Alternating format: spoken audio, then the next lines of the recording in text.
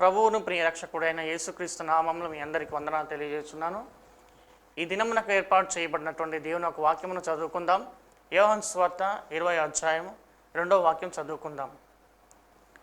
గనుక ఆమె పరిగెత్తుకొని సీమోను పేతురును వద్దకును యేసు ప్రేమించిన ఆ మరి యొక్క శిష్యుని యొద్దకును వచ్చి, ప్రభువు సమాధిలో నుండి ఎత్తుకొని పోయిరి, ఆయన్ను ఎక్కడ ఉంచిరో ఎరుగమని చెప్పాను. ఆమేన్. దేవునికి స్తోత్రం. హల్లెలూయా. మన ప్రభువును రక్షకుడైనటువంటి నజరేయుడైన యేసు క్రీస్తు నామంలో మీ అందరికీ ప్రత్యేకమైన వందనాలు. Good morning, have a nice day, may God bless you. ఈ అనుదిన ఆధ్యాత్మిక కార్యక్రమాన్ని మీరు చూస్తున్నారని నేను భావిస్తున్నాను. ఎవరైనా ఫస్ట్ టైం ఎవరైనా చూస్తున్నట్లయితే వారికి ప్రత్యేకమైనటువంటి వందనాలు తెలియజేస్తున్నాను.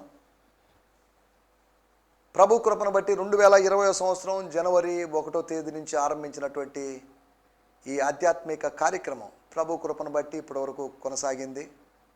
లాక్డౌన్ టైంలో కూడా ఏదో దేవుని కృపను బట్టి కొనసాగింది, ఆగిపోలేదు. ఇలా అనుదినము ఏదో వారానికి ఒకసారి 2 సార్లు 3 సార్లు వాక్యం చెప్పడం అంటే సులభం, కానీ డైలీ ఏదో అక్కడ ఇక్కడ హేర్ అండ్ దేర్ అన్నట్టుగా కాకుండా ఒక అధ్యాయం నుంచో మెల్లగా ఒకే పుస్తకం నుంచి, ఒకే సువార్త నుంచి, లేకపోతే ఒకే అధ్యాయంలోంచి ఒక 30 సందేశాలని చెప్పడం అనేది అంత సులభమైన విషయం కాదు. దీనికి ప్రభు కృప కావాలి, దేవుని కృప కావాలి. స్తోత్రం. మానవ జ్ఞానం సరిపోదు, మానవ జ్ఞానానికి అతీతమైనటువంటి దైవ ప్రత్యక్షత కావాలి. దేవుడు అనుగ్రహిస్తాడు. దేవునికి స్తోత్రం. హల్లెలూయా. రండి, ఈ సమయంలో మనం దేవుని వాక్యాన్ని ధ్యానించుకుందాం. ఒక ప్రాముఖ్యమైన విషయం, మీకేమన్నా ప్రార్థనా విషయాలు ఉన్నట్లయితే మీరు ఖచ్చితంగా తెలియజేయండి. ఎందుకంటే అక్కడక్కడ కరోనా కేసులు, కోవిడ్ కేసులు ఎక్కువ అవుతున్నాయి. సౌత్ ఆఫ్రికాలోనూ ఎక్కువగా ఉన్నాయి కేసులు, కేరళలో కేసులు ఎక్కువ ఉన్నాయి. డెల్టా వైరస్లు, జికా వైరస్లు, రకరకాల వైరస్లు వస్తున్నాయి. కాబట్టి మనం చాలా జాగ్రత్తగా ఉందాం. మనం తీసుకునే జాగ్రత్తలు మనం తీసుకుందాం. అదే సమయంలో మన దేవుని కృపను పొందుకుందాం. మానవుని జీవితం ఇంతే, భద్రత లేని జీవితం అని మనం గుర్తిద్దాం. వైద్యశాస్త్రం మనకు 100కి 100 భద్రతను ఇవ్వలేదు. మనిషికి ఒక్కళ్ళు 120 సంవత్సరాలు లేకపోతే 100 సంవత్సరాలు బతకాలని ఆశ ఉన్నప్పటికీ మనిషి అంతకాలం కూడా బతికే అవకాశం లేదు. దేవుడు అనుమతిస్తే తప్ప ఏ విషయం జరగడం లేదు అనే సంగతిని మీకు గుర్తు చేస్తున్నాను. దేవుని స్తోత్రం. రండి, ఈ సమయంలో మన దేవుని వాక్యాన్ని ధ్యానించుకుందాం. మన వాక్య ధ్యానం నిమిత్తమై యోహాను సువార్త 20వ అధ్యాయము 2వ వచనము. Gospel according to John 20th chapter verse 2. గనుక ఆమె పరిగెత్తుకొని సీమోను పేతురు వద్దకును యేసు ప్రేమించిన మరి యొక్క శిష్యుని యొద్దకును వచ్చి, ప్రభువును సమాధిలో నుండి ఎత్తుకొని పోయిరి, ఆయన్ను ఎక్కడ ఉంచిరో ఎరుగమని చెప్పాను. స్తోత్రం. నేను చదువుతున్నాను వాడుక భాషలో నుంచి. అందువలన ఆమె సీమోను పేతురు దగ్గరకు, యేసు ప్రేమించిన ఇంకొక శిష్యుని దగ్గరికి పరిగెత్తుకుంటూ వెళ్ళి వాళ్లతో, ఎవరో ప్రభువును సమాధి నుండి తీసుకువెళ్ళారు, ఎక్కడ ఉంచారో తెలియదు అని అనింది. ఆమె యొక్క ఆ వేగం చూడండి, లేకపోతే ఆత్రం చూడండి, ఆ ఆరాటం చూడండి, ఆ తపన చూడండి. ప్రభువును ఎవరో తీసుకొని పోయారు. అలా ఎందుకు జరిగింది ఏం అర్థం కాని పరిస్థితి. నేను చదువుతున్నాను ద ప్యాషన్ ట్రాన్స్లేషన్ నుంచి. So she went running as fast as she could go to tell Peter and the other disciple the one Jesus love. She told them, they have taken the Lord's body from the tomb and we don't know where he is. మరలా చదువుతున్నాను. So she went running as fast as she could to go tell Peter and other disciple, the one Jesus loved. She told them, they have taken the Lord's body from the tomb and we don't know where he is. ఆమె పరిగెత్తగలిగినంత వేగంగా పరిగెత్తింది. తన జీవితంలో తను ఎప్పుడు అలా పరిగెత్తుండదు. తన కోసం పరిగెత్తడం కాదు, తన ప్రభువును గూర్చిన వార్త తెలియజేద్దామని. దేవుని స్తోత్రం. సువార్త సేవలో పరిగెడుతున్నావా, లేక నీ పరుగు ఆపేసి ఎవరి ద్వారానో అడ్డగించబడి ఆగిపోయినావా? నీ పరుగు ఆపకు, ముందుకు సాగాలి నువ్వు. దేవుని స్తోత్రం, హల్లెలూయా. మనము గత 10 ఎపిసోడ్లో యోహాను సువార్త 20వ అధ్యాయం 1వ వచనాన్ని గురించి ఆలోచించాం. మనం ఇప్పుడు 20వ అధ్యాయం 2వ వచనాన్ని చదువుకున్నాం. అబల అనుభవాలు. అబల అంటే బల అంటే బలము, అబల అంటే బలం లేనిది అని అర్థం. బలము లేని వ్యక్తి అనగా బలము లేని వ్యక్తులందరని కాదు, బలము లేని మరియ యొక్క అనుభవాలు, బలము లేని మగ్ధలేని మరియ యొక్క అనుభవాలు. అదేంటండి, స్త్రీలు బలహీనులేనా? స్త్రీలను బలహీనులుగా చేయడం ఎంత వరకు సమంజసం? జీవమను కృపావరము విషయములో పురుషునితో పాటు పాలివారై ఉన్నారు కదా. కాబట్టి అటువంటి స్త్రీలు తక్కువ, స్త్రీలు తక్కువ అని నేను అనలేదు. స్త్రీలని పురుషుని దేవుడు సమానంగా పెట్టాడు. ఆదాముకు సాటి అయిన సహాయంగా అవని తయారు చేశాడు. తక్కువగాను కాదు, కాస్త తక్కువగా, బలంలో తక్కువ, జ్ఞానంలో తక్కువ అని కాదు. సాటి అయిన సహాయం చేయాలంటే సమానమైనటువంటి బలం, సమానమైనటువంటి జ్ఞానం కావాలి. దేవుని స్తోత్రం, హల్లెలూయా. స్త్రీ పురుషులు సమానమే. అదే సమయంలో క్రీస్తులో స్త్రీ అని లేదు, పురుషుడని లేదు, అది వేరే విషయం.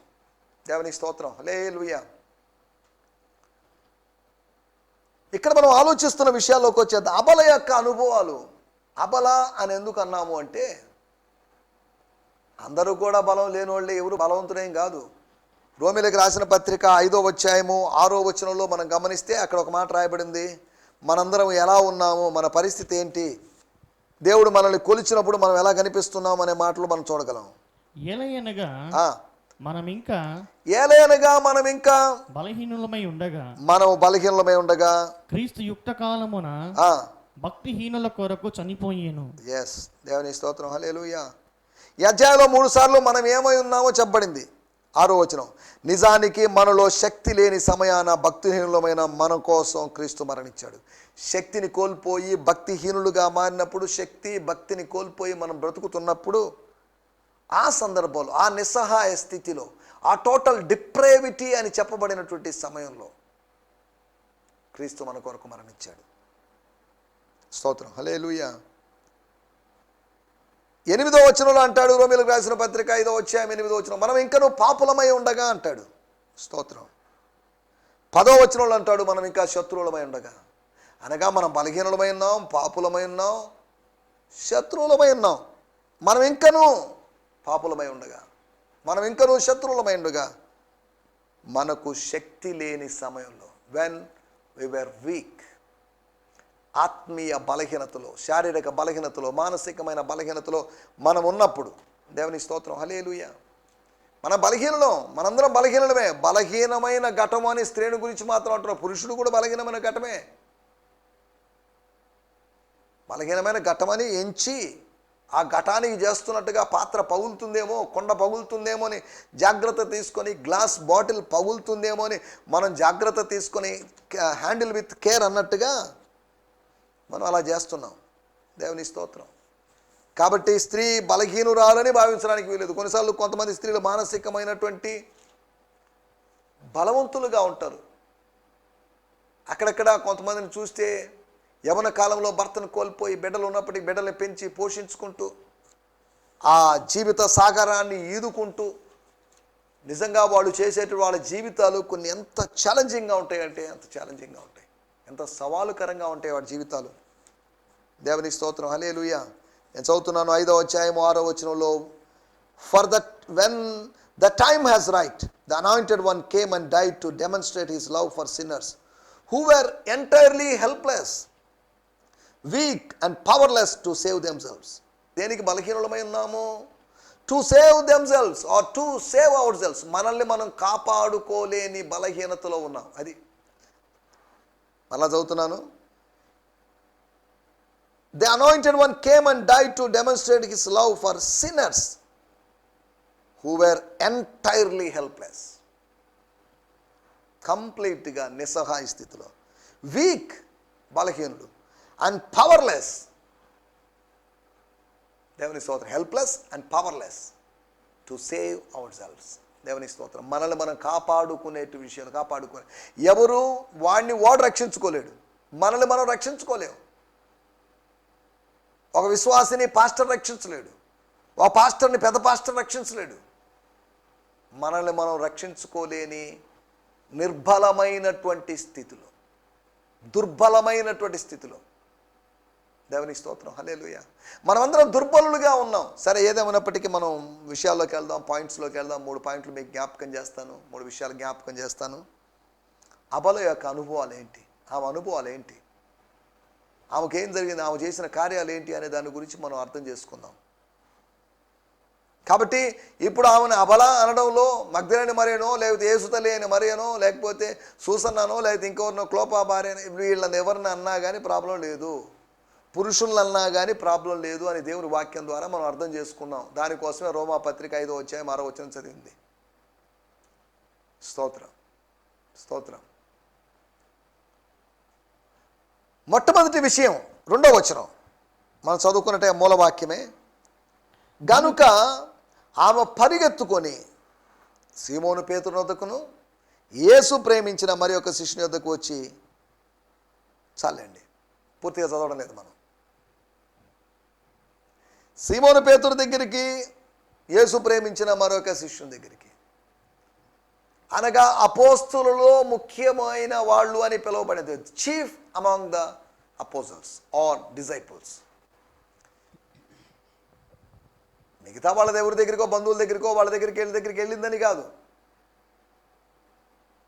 అయితే మగ్దలేని మరియకు వివాహమైందో లేదో, యేసుతో వివాహమైందనే నోస్టిక్ గాస్పల్స్లో, నాగ్ హమ్మాడి అనేటువంటి ప్రదేశంలో దొరికినటువంటి కొన్ని ప్రతుల ద్వారా ఏదో దొరికిందని చెప్తుంటారు. వాటిలోకి మనం వెళ్ళలేదు. డావిన్సీ కోడ్ అనేటువంటి ఆ పుస్తకం కూడా, నవల కూడా దీన్ని వివరిస్తుందని. యేసు అవివాహితుడిగా ఉన్నాడు, ఆయనకి వివాహం కాలేదు, ఆయన శరీర సంబంధమైనటువంటి కోరికలను జయించాడు, లోకాన్ని జయించాడు. ఆయన లోకాన్ని జయించాను అని చెప్పుకోగలిగిన ధైర్యము, ధీమా, నాలో ఏ పాపం లేదని చెప్పుకోగలిగిన ధైర్యము, ధీమా ఆయనకి మాత్రమే ఉంది, మనకెవరికి లేదు. స్తోత్రం. ఆయన పరిశుద్ధుడు, పాపము చేయజాలని దేవుడు, అబద్ధమాడజాలని దేవుడు. దేవునికి స్తోత్రం, హల్లెలూయా. కాబట్టి ఈ స్త్రీ సమాధి దగ్గరికి వచ్చింది, మళ్ళీ తిరిగి వెళ్ళాలనిపించింది. తిరిగి వెళ్ళి ఎవరి దగ్గరికి వెళ్ళాలి? పేతురు దగ్గరికి వెళ్ళాలి, లేకపోతే యోహాను దగ్గరికి వెళ్ళాలి. ముందు వచనాల్లో మనం చదివితే యేసు ప్రభువు ఆమెకు ప్రత్యక్షమై సహోదరుల దగ్గరికి వెళ్ళు అని చెప్పాడు. ఇప్పుడు యేసు ప్రభువు చెప్పకుండానే తనంతట తనకు కలిగినటువంటి తెలుసుకున్న విషయము, ఈ విషయాన్ని I should inform to my brothers. అంటే దీన్ని బట్టి నాకు అర్థమైనట్టు విషయం ఏంటంటే, ఒక అధికారాన్ని గుర్తించింది. She realised the authority. ఎవరో ఒకరికి పోయి చెప్తే కాదు విషయం, అసలు ఆయనకి పోయి చెప్పామనుకోండి, పిఎల్ దగ్గరికి పోతే పని జరగకపోవచ్చు. నేరుగా అధికారి దగ్గరికి వెళ్ళామనుకోండి, చిన్న స్థాయి వ్యక్తి దగ్గరికి వెళ్తే పని జరగదు, పెద్ద స్థాయి వ్యక్తి దగ్గరికి వెళ్ళాలి. దేవునికి స్తోత్రం, హల్లెలూయా. మనం ఆలోచిస్తున్న విషయం ఏంటంటే, షీ రికగ్నైజ్ ద అథారిటీ. మేము స్త్రీలం కాబట్టి సమాజపరంగా, యూదుల సమాజపరంగా, ఇశ్రాయేలు దేశంలో సంస్కృతి పురుషాధిక్య సమాజం కాబట్టి పురుషులకు చెప్పాలని కాదు. యేసు ప్రభు ఉన్న కాలంలో మేమేముంది, ఇంటి దగ్గర కూర్చొని ప్రార్థన చేసేవాళ్ళం, మేమేముంది సమాజ మందిరాలు నేర్చుకునేవాళ్ళం, మాదేముంది ఎప్పుడైనా యేసు ప్రభు శిష్యులు వస్తే భోజనం వండి పెట్టేవాళ్ళం, మాదేముంది మా దగ్గర ఏమైనా మిగుల్చుకున్న డబ్బులు ఇచ్చి సహాయం చేసేవాళ్ళం, అంతవరకు మాదేముంది. We are nothing. But these apostles అనగా పేతురు, యోహాను, వీళ్ళు ప్రాముఖ్యం. కాబట్టి ఒక అధికారాన్ని గుర్తించాలి. ఈ రోజుల్లో చాలామంది అధికారాన్ని గుర్తించకుండా పరిచయం చేస్తూ, ఏందండి పురుషులకు లోబడి ఉండేది అని చెప్పేసి కొంతమంది రకరకాలుగా తిరుగుబాటు చేస్తూ వాళ్ళే సమస్తం అయిపోయి, వాళ్ళే రెవరెండ్ డాక్టర్లు అయిపోయి, ఎంత విచారకరమైన పరిస్థితి. అపోస్తలులుగా 12 మంది పురుషులను ఏర్పాటు చేసుకున్నాడు, కానీ దేవుడిని స్త్రీని ఏర్పాటు చేసుకోలేదు. అలాగని మనం స్త్రీలను అణిచిపెట్టి కాళ్ళ కింద చెప్పులాగో లేకపోతే చెప్పుల కింద తేళ్లాగా మనం పెట్టడం లేదు వాళ్ళని. స్త్రీ సేవ చేయొచ్చు, చేయకూడదని నింద ఎవరు? స్త్రీ మాట్లాడకూడదని వాళ్ళ మీద ఎన్నో ఆంక్షలు పెడుతున్నాం, కానీ మాట్లాడకూడదు అనే కండిషన్ పెట్టే ప్రతి వాళ్ళకి ఎందుకు దేవుడు నోరు ఇచ్చాడు? వాడికి ఎందుకు నాలుకనిచ్చాడు? మాట్లాడడానికే కదా, స్తుతించడానికి కదా. నోరు లేకపోతే ఎలా స్తుతించగలరు? మనం ఇక్కడ ఆలోచిస్తున్న విషయం ఏంటంటే, ఆమె ఒక అధికారాన్ని గుర్తించింది. యేసుప్రభు చెప్పలేదు పేతురు అధికారమ్మా, పేతురు పోపమ్మా, పేతురు బిషప్ అమ్మా, పేతురే నాయకుడమ్మా అని చెప్పలేదు యేసుప్రభు. కానీ పరిస్థితులను బట్టి, వాళ్ళ మూమెంట్స్ని బట్టి ఒక అధికారాన్ని గుర్తించింది. ఎవరైనా సేవ చేయాలని ఆసక్తి కలిగినటువంటి స్త్రీలు ఈ మాట వింటున్నట్లయితే, సేవ చేస్తున్న స్త్రీలు సహోదరులు ఎవరైనా ఈ మాటలు వింటున్నట్లయితే, మీ అందరికీ ప్రత్యేకమైన వందనాలు తెలియజేస్తున్నాను. నేను స్త్రీ వ్యతిరేకిని కాదు, అలాగా స్త్రీవాదుల పురుష ద్వేషిని కాదు. ఎవరిని ద్వేషించడానికి వీల్లేదు. ఎవరిని ద్వేషించాలి? స్త్రీని ద్వేషించడానికి వీల్లేదు, ద్వేషించడానికి వీల్లేదు, నిషేధించడానికి వీల్లేదు. పురుషుని నిషేధించడానికి వీల్లేదు, ద్వేషించడానికి వీల్లేదు. ఏ మనుషుడు నిషేధింపదగిన వాడు కాదు. కానీ గుర్తించాల్సిన విషయము, మీ స్థానిక సంఘ కాపరి యొక్క నాయకత్వానికి లోబడి ఉండండి. మీరు పంపబడాలి, సంఘము చేత పంపబడాలి. మీ ఇష్టానుసారంగా పరిచర్య చేయడానికి ఎవరైనా వాళ్ళ ఇష్టానుసారంగా పరిచర్య చేయడానికి పిలువబడలేదు. యూ షుడ్ బి సెంట్, పంపబడాలి. అపోస్తల కార్యంలో పౌలు, బర్నబాలు పంపబడ్డారు. పంపబడాలి. పంపబడాలంటే పంపడానికి ఎవరో ఒకరు ఉండాలి. Your church should send you. మీకన్నా సీనియర్ నాయకులు వాళ్ళు మిమ్మల్ని పంపించాలి. మీకు మీరే పంపించుకొని నన్ను ఎవరు పంపించలేదు, నేనే వచ్చాను, నా పాటికి నేనే వచ్చాను అని అనుకోవడం అది అవివేకం. ఒకడు పంపబడిన యెడల ఒకడు ఎట్లు పోవును అని రోమీయులకు రాసిన పత్రిక 10వ అధ్యాయంలో అపోస్తలుడైన పౌలు ప్రశ్నిస్తాడు. పంపబడాలి. స్త్రీలు పంపబడాలి, ఒక నాయకత్వానికి లోబడి ఉండాలి. పురుషుడు కూడా నాయకత్వానికి లోబడి ఉండాలి. క్రీస్తు నాయకత్వానికి లోబడి ఉండాలి. మనందరం అధికారం కింద ఉన్న వాళ్ళమే, అధికారానికి లోబడి ఉండాల్సిన వాళ్ళమే. మనందరం దాసులమే, దాసురాళ్ళమే అంతవరకే. కానీ ఆయన తన ప్రేమను బట్టి మనల్ని స్నేహితులని పిలుస్తున్నాడు. అంతవరకే. స్నేహితులుగా ఉండడానికి కూడా మనకేం పెద్ద యోగ్యతలు ఏం లేవు, కానీ ఆయన తన మహాప్రేమను బట్టి మనల్ని అలా పిలుస్తున్నాడు. సరే, దేవునికి స్తోత్రం, హల్లెలూయా. ఒకటి అధికారాన్ని గుర్తించింది. రెండో విషయాన్ని నేను మీకు జ్ఞాపకం చేస్తాను. ఇదే అధ్యాయంలో 10, 11 వచనాల్లో మనం గమనిస్తే, 10వ వచనము మరియు 11వ వచనం చూస్తే, అంతటా శిష్యులు తిరిగి తమ వారి యొద్దకు వెళ్ళిపోయిరి. అయితే మరియ సమాధి బయట నిలిచి ఏడ్చుచుండెను. ఆమె ఏడ్చుచు సమాధిలో వంగి చూడగా. 10వ వచనం, ఆ తర్వాత శిష్యులు తమ తమ ఇండ్లకు వెళ్ళిపోయారు. కానీ మరియ సమాధి బయట దుఃఖిస్తూ నిలుచునే ఉంది. ఆమె దుఃఖం ఆగలేదు, సమాధిలోకి తొంగి చూసింది. నా ప్రశ్న, పురుషులు వెళ్ళిపోయారే, తాను పిలుచుకొచ్చినా తాను తీసుకొచ్చినట్టు పేతురు మరొక శిష్యుడు వెళ్ళిపోయారే, వాళ్ళ వెనకాల ఈమె వెళ్ళిండాల్సిందిగా. అధికారాన్ని గుర్తించిందని చెప్పాం, బాగానే ఉంది. అధికారాన్ని గుర్తించినంత మాత్రాన అడుగుజాడలు నడవాలని రూలేం లేదు. ఆమె వారి అడుగుజాడలు నడవలేదు.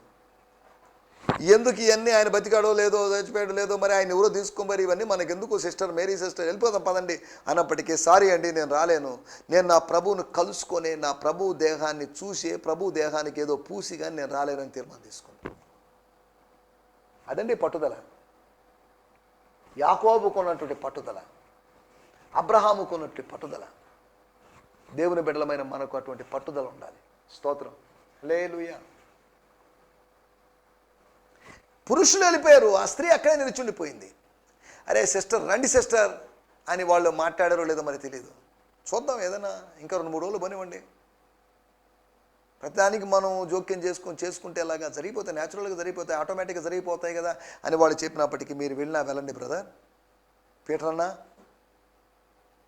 ఇంకో శిష్యుడు జాన్ అన్న, మీరు వెళ్ళండి, నేను ఇక్కడే ఉంటాను, వస్తాను. 1 గంటకో, 1 గంట తర్వాత, 2 గంటల తర్వాత వస్తాను, విషయం తేల్చుకొని వచ్చేస్తా. దేవుని స్తోత్రం, హల్లెలూయా. అలా తెగించి అక్కడ ఉంది కాబట్టి ఆమె ప్రభువుని చూడగలిగింది, ప్రభు ప్రత్యక్షత పొందుకోగలిగింది. నేను ప్రభువుని చూసి తినేని చెప్పగలిగింది. నేను ప్రభువుని కనుగొన్నాను చెప్పిన శిష్యులు ఉన్నారు. నేను ప్రభువుని కనుగొన్నాను అని చెప్పిన శిష్యులు ప్రభువును చూచామని చెప్పలేని పరిస్థితిలోకి వచ్చేసారు వాళ్ళు. రెండో విషయం, ఆమె అడుగు జాడల్లో నడవలేదు. దేవుని స్తోత్రం. దేవుని వాక్యంలో రాయబడింది మత్తయి సువార్త 23వ అధ్యాయంలో యేసు ప్రభు యూదా మత నాయకులను గురించి చెప్పాడు. చెప్పినప్పుడు ఒక మాట చెప్పాడు. ఏమన్నాడంటే, మీరు వారు చెప్పినవి చేయండి, కానీ వారు చేసినవి మాత్రం చేయొద్దు. వాళ్ళు చాలా చెప్తారు, వాళ్ళు చెప్పింది వేరు, చేసేది వేరు. వాళ్ళు వేషధారులు. అయ్యో వేషధారులారా అని ప్రభు అన్నాడు. వాళ్ళు చెప్పింది మంచిదే, మంచి విషయాలు చెప్తారు, అనగా 100కి 100 మంచి చెప్తారని కాదు, చెప్తారు. వాటిలో మంచి విషయాలు మీరు చేయండి. యు ఫాలో దేర్ వర్డ్స్, వారి మాటలు వినండి, కానీ డోంట్ డూ దేర్ డీడ్స్. వాళ్ళ పనులు చేయదు. వాళ్ళ పనులు మంచివి కాదు. మాటలు మంచివి, పనులు మంచివి కాదు. కొంతమంది మాటలు మంచివి కాదు, పనులు మంచివి కాదు. మొదటి శతాబ్దపు వాళ్ళ గురించి, యూదుల గురించి, మత పెద్దల గురించి మాటలు మంచివి, పనులు మంచివి కాదన్నాడు. కానీ ఈ దినపు మత పెద్దల గురించి ప్రభువు చెప్పాలంటే మాటలు మంచివి కాదు, పనులు మంచివి కాదు అని చెప్పాల్సిన అవసరం ఉంది. దేవుని స్తోత్రం. హల్లెలూయా. సమయంలో మనం ఇక్కడ ఆలోచిస్తున్న విషయాల్లోకి వచ్చేద్దాం. ఒకటి, ఆమె అధికారాన్ని గుర్తించింది. రెండవది, అడుగుజాడలో నడవలేదు. 100కి 100 అన్ని విషయాల్లో, వాళ్ళ డ్రెస్సింగ్ విషయంలో, వాళ్ళ వేషధారణ విషయంలో, అయితే వాళ్ళు తినేటువంటి ఆహారం విషయంలో వాళ్ళని కాపీ చేయమని, ఇమిటేట్ చేయమని కాదు, వారి విశ్వాసమును అనుసరించి, వాళ్ళ భౌతికమైన విషయాలని కాదు, వాళ్ళ ఆత్మ సంబంధమైన విషయాలని అనుసరించి లేకపోతే ఫాలో అయ్యి ముందుకు సాగండి. హెబ్రీ పత్రిక 12వ అధ్యాయంలో అదే రాయబడింది. స్తోత్రం, స్తోత్రం. ఒకటి, అధికారాన్ని గుర్తించింది. రెండవది, అడుగుజాడల్లో నడవలేకపోయింది. నడవగలదు కానీ నడవకూడదు అనుకుంది. నాకు నా ప్రభువు ముఖ్యం, శిష్యులు కాదు. భౌతిక నాయకత్వం ముఖ్యం కాదు, ఆత్మ సంబంధమైన నాయకత్వం ముఖ్యం. ఈ భూలోక సంబంధమైన నాయకత్వం ముఖ్యం కాదు, పరలోక సంబంధమైన నాయకత్వం ముఖ్యం అనేది ఆమె యొక్క అభిప్రాయంగా ఉన్నట్లుగా మనం అర్థం చేసుకోగలం. మూడో విషయాన్ని నేను చెప్పి ముగించేస్తాను. యోహాను సువార్త 20వ అధ్యాయము 20వ వచనం. ఆయన ఇలాగ చెప్పి వారికి తన చేతులను ప్రక్కన చూపగా శిష్యులు ప్రభువును చూచి సంతోషించిరి. దేవుని స్తోత్రం. హల్లెలూయా. ఆయన అలా చెప్పి వారికి తన చేతులను పక్కన చూపగా శిష్యులు ప్రభువును చూచి సంతోషించిరి. ఇక్కడ శిష్యుల గురించి రాయబడింది. కానీ శిష్యులే చూసి సంతోషించినప్పుడు ఆ స్త్రీ సంతోషించకుండా ఎలా ఉంటుంది? మనకు ఆమె సంతోషించినట్లు, ఆమె ఏడ్చింది అని రాయబడింది, కానీ ఆమె సంతోషించింది ప్రభువును చూచి కూడా ఏడ్చిందని కాదు. ఆగక పొంగేటువంటి ఆ కన్నీళ్లు క్రీస్తు యొక్క ప్రత్యక్షత తర్వాత ఆగిపోయినాయి. ఆనాటి నుండి ఆమె దుఃఖముఖురాలై ఉండుట మానేను అని రాయబడింది. స్తోత్రం. హల్లెలూయా. ఏనాటి నుండి? ప్రధాన యాజకుడు ధైర్యంగా అమ్మా నీకు క్షేమం అవునుగాక, నీకు దేవుడు నువ్వు అడిగిన దాన్ని దేవుడు అనుగ్రహించునుగాక అని ధైర్యపరిచి ఆశీర్వచనములు పలికినప్పుడు ఆనాటి నుంచి ఆమె ఏడుపు మానేసింది. దేవుని స్తోత్రం. హల్లెలూయా. ఆమె కూడా ఏడుపు మానేసింది క్రీస్తు ప్రత్యక్షమైనప్పుడు. దేవుని స్తోత్రం. క్రీస్తు ప్రత్యక్షత, ప్రభు ప్రత్యక్షత మన ప్రలాపాన్ని తొలగిస్తుంది. ప్రభు ప్రత్యక్షత మన ప్రలాపానికి సమాధి కడుతుంది. దేవుని స్తోత్రం. హల్లెలూయా. మూడో విషయం, ఈ వాక్యాన్ని ఆధారంగా చేసిన శిష్యులు సంతోషించారని పక్కన పెట్టేద్దాం. ఆమె కూడా ఒక శిష్యురాలే, శిష్యురాల లెక్కలో రావచ్చు. కానీ ఆ పైన వాక్యాలు 18వ వచనంలో మగ్దలేనే మరియ వచ్చి నేను ప్రభువును చూచి తిని ఆయన నాతో ఈ మాటలు తెలియజేశాను, శిష్యులకు తెలియజేశాను. స్తోత్రం. దుఃఖంతో చెప్పిన మాటలు కాదు అవి. నా ప్రభువుని ఎవరో ఎత్తుకొని పోయారని ఆందోళనతో చెప్పింది. నా ప్రభువును చూచారు అనేటు మాటలు ఆనందంతో చెప్పింది. ఆందోళనతో చెప్పే మాటకి, ఆనందంతో చెప్పే మాటకి తేడా ఉంటుంది. 3 రోజుల తర్వాత తన ప్రభువును కలుసుకుంది. తను ప్రభువును చూడలేను అనుకుంది. దేవుని స్తోత్రం. జక్కయ్య కూడా ప్రభువును చూడలేను అనుకున్నాడు. కానీ చేర్చుకోవడానికి, చెలిమి చేయడానికి యేసు ప్రభు అవకాశం ఇచ్చాడు. నువ్వు ఊహించు వాటన్నిటికంటే నువ్వు మన ప్రభువు అధికంగా చేయగలడు. స్తోత్రం. హల్లెలూయా. నా మాటలు నేను ఇక్కడ ముగిస్తున్నాను. మనం ఆలోచించినట్టు 3 విషయాలు. అబల యొక్క అనుభవాల గురించి మాట్లాడుకున్నాం. ఆ అనుభవాలు ఏంటి? అధికారాన్ని గుర్తించినటువంటి అనుభవం. రెండోది, అడుగు జాడల్లో అక్షరార్థంగా ఆమె నడవలేదు. అన్నీ చేయాలనే లేదు, అన్నీ చెప్పినట్టుగా లోబడే ఒక బానిస కాదు ఆమె. అబల కానీ ఆమె బానిస కాదు, దాసురాలే కానీ ఆమె బానిస కాదు. ఆమె సర్వెంట్ అయిండొచ్చు, మెయిడ్ అయిండొచ్చే కానీ స్లేవ్ కాదు. మనం బానిసలం కాదు, మనం దాసులం. కానీ అపోస్తలుడైన పౌలు డూలోస్, క్రీస్తు యేసు దాసుడు అనేదానికి క్రీస్తు యేసు యొక్క బానిస అనే మాటను వాలంటరీగా బానిస అయిపోయాడు. దేవుని స్తోత్రం. స్వతహాగా, స్వయంగా. దేవుని స్తోత్రం. హల్లెలూయా. మూడోదిగా ఆమె ఆనందించింది. శిష్యులు ఆనందించారంటే శిష్యుల కన్నా అధికంగా ఆనందించింది. యేసు ప్రేమించిన శిష్యుడని యోహాను గురించి చెప్పబడింది. యేసును ప్రేమించినటువంటి స్త్రీ ఈ అబల. లేకపోతే ప్రేమించకపోతే అంత ఉదయాన్నే అంత చీకట్లోనే ఎందుకు లేచి వస్తుంది చెప్పండి? ఎవరు పోయి ప్రభు దేహం ఎక్కడుందో చూడు, సుగంధద్రవ్యాలు పోయి అని ఎవరు చెప్పలేదు. తనంతట తాను కలిగిన ప్రేరణ. ఎవరు చర్చికి రా, మందిరానికి రండమ్మా, పాస్టర్ గారు వాట్సాప్ మెసేజ్లు పెట్టాల్సిన అవసరం లేదు, కాల్స్ చేసి చెప్పాల్సిన అవసరం లేదు, ఎస్ఎంఎస్లు పెట్టాల్సిన అవసరం లేదు. మీ అంతటా మీరు తెలుసుకొని దేవుని మందిరానికి వచ్చి దేవుని ఆరాధించాలి. స్తోత్రం, స్తోత్రం. అట్టి విశ్వాసుల కోసం దేవుడు చూస్తున్నాడు. అయితే స్థలంలోంచండి, చిన్న ప్రార్థన చేసుకుందాం. పరిశుద్ధుడవైన మా దేవా, మహోన్నతుడా, మీ నామాన్ని స్తుతిస్తున్నాం. అబల అనుభవాలు మీరు మాకు తెలియజేశారు. మగ్దలేని మరి అనుభవాలు మీరు మాకు తెలియజేశారు. అధికారాన్ని గుర్తించినటువంటి అబలగా, అంతేకాకుండా నాయన అడుగు జాడల్లో అన్ని విషయాల్లో నడవనటువంటి ఆ మగ్దలేని మరి గురించి, ఆనందించినటువంటి మగ్దలేని మరి గురించి, ఇంకా చెప్పాలంటే ఆనంద తైలముతో నువ్వు ఆమెను అభిషేకించావు. ఎంతో సంతోషించింది. ప్రభా, మీకు వందనం చేస్తున్నాం. ఆమెలాగా మేము సంతోషించుటకు, ఆమెలాగా అధికారాన్ని గుర్తించుటకు, ఆమెలాగా మానవ నేతలు, మానవ నాయకులకు అక్షరార్థంగా అడుగులకు మడుగులొత్తుతూ బానిసల్లాగా బతకకుండా ప్రభువును బట్టి లోబడి ఉంటూ ముందుకు సాగుతూ సాయం చేయమని అనుకుంటున్నాం. మీరు మాకు నేర్పించిన పాఠాల కొరకే మీకు వందనం చెల్లిస్తూ సకల ఘనత, మహిమ, ప్రభావాలు మీకు ఆరోపిస్తూ యేసుక్రీస్తు నామములోనే ప్రార్థించడుగుతున్నాం తండ్రి. ఆమేన్, ఆమేన్, ఆమేన్. దేవుని స్తోత్రం. మీ అందరికీ ప్రత్యేకమైన వందనాలు. ప్రభు చిత్తమైతే మరొక ఎపిసోడ్లో కలుసుకుందాం. అప్పటి వరకు మీ గిన్నె నిండి పొరలాలని, నూనెతో దేవుడు మీ తలను అంటాలని కోరుకుంటూ, కృపాక్షేమాలు మీ వెంట రావాలని కోరుకుంటున్నాను. దేవుని స్తోత్రం. హల్లెలూయా. ఈ సందేశము మీకు ఆశీర్వాదకరంగా ఉందని నమ్ముచున్నాము. ప్రార్థనా అవసరతల కొరకు మమ్మల్ని సంప్రదించవలసిన మా చిరునామా గిద్యోన్ మిషన్ చర్చ్, 6వ వీధి, శాంతినగర్, నెల్లూరు 4, ఆంధ్రప్రదేశ్. పిన్ 524004. మా ఫోన్ నంబర్లు 7036443613 మరి ఒక నంబర్ 9392293010.